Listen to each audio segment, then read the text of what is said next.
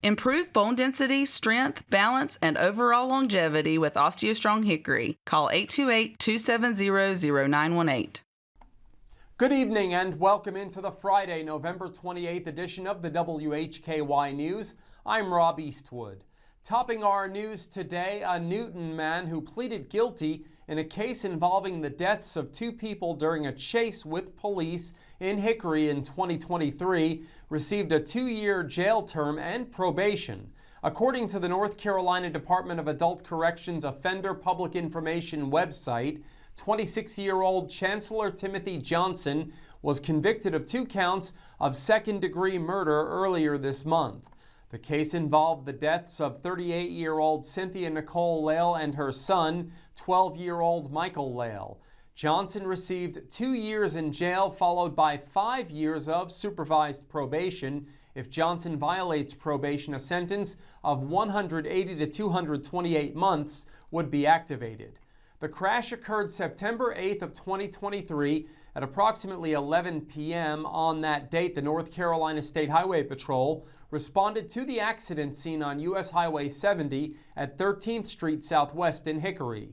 The accident occurred as Hickory police on Highway 70 attempted to stop a motorcycle for careless and reckless driving and failure to display a license plate. During the pursuit, a 2020 HPD Ford Explorer traveling west on 70 entered the intersection and struck a 2011 Honda Odyssey, which was traveling south through that intersection.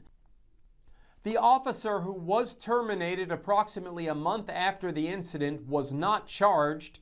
Johnson entered a guilty plea to 2 counts of second-degree murder in Catawba County Superior Court and received the 2 years in jail plus the 60 months probation. He is being held at the Catawba County Detention Facility. The local district attorney's office did not prosecute the case due to a conflict of interest. The Conference of District Attorneys handled the prosecution. A coach has been charged with assaulting a student.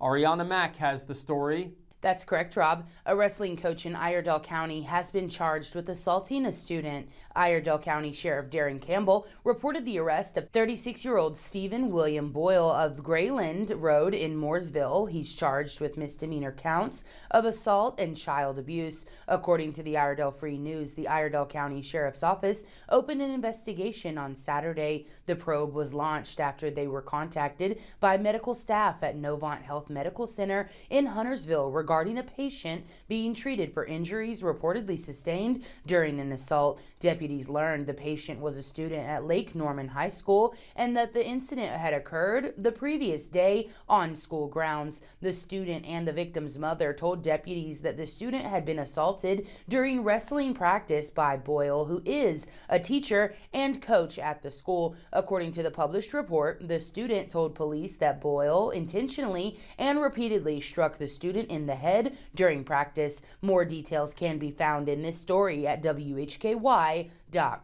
I'm Arianna Mack. Thanks, Arianna.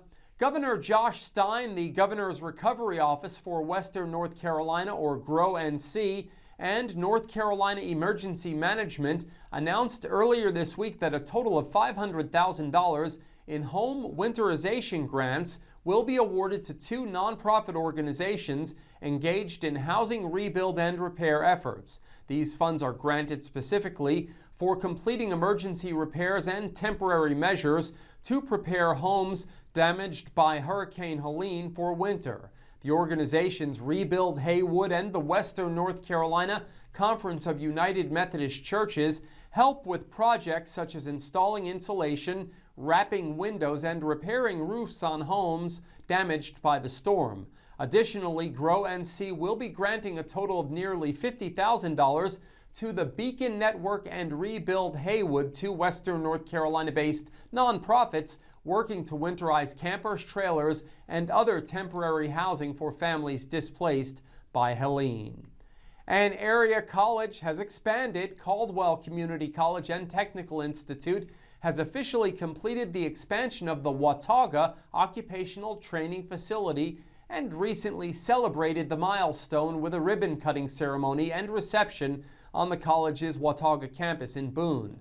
CCC&TI trustees, local elected officials, and other community leaders and partners gathered for the ceremony, which was held November 20th, to mark the completion of the construction project and to celebrate the additional training opportunities made possible by the increased instructional space. In total, the expansion project adds 10,000 square feet to the facility, which was last updated in 2015. The expansion will allow the college to offer more training opportunities for local students in several high-demand, high-wage careers. The top floor of the expansion includes 2 state-of-the-art simulation labs for the college's nursing programs.